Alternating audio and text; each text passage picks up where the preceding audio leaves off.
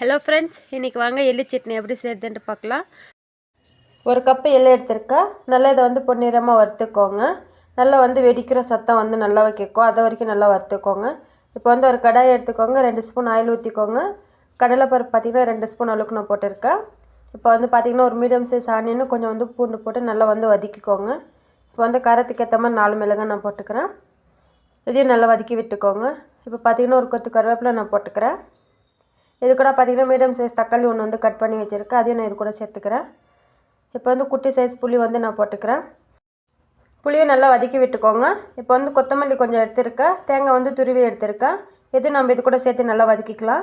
இதோட full video link பார்த்திங்கன்னா கீழே இருக்குது, நீங்கள் வந்து செக் பண்ணி பாருங்கள். உங்களுக்கு ரொம்ப யூஸ்ஃபுல்லாக இருக்கும். ரொம்ப ஹெல்த்தி கூட இந்த சட்னி. தோசை, இட்லி, சப்பாத்திக்கு எல்லாத்துக்குமே ரொம்ப சூப்பராக இருக்கும்.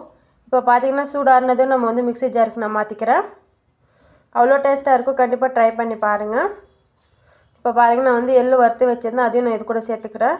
இது கூட பார்த்திங்கன்னா 1 ஸ்பூன் அளவுக்கு நான் வந்து கல்லுப்பு போட்டுக்கிறேன். இப்போ இது எல்லாத்தையும் சேர்த்து நல்லா வந்து மையாக அரைச்சிக்கோங்க.